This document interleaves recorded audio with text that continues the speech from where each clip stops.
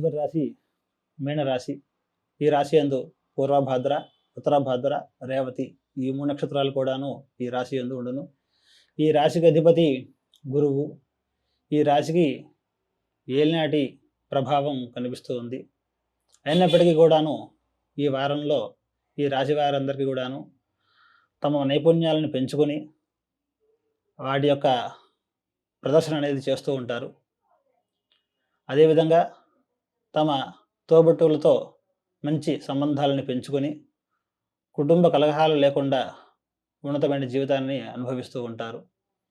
అదేవిధంగా వారు హయగ్రీవ ఆరాధన చేయడం వలన ఈ రాశివారు ఈ వారంలో ఉత్తమ ఫలితాలని పొందడానికి ఎక్కువ ఆస్కారం ఉన్నది.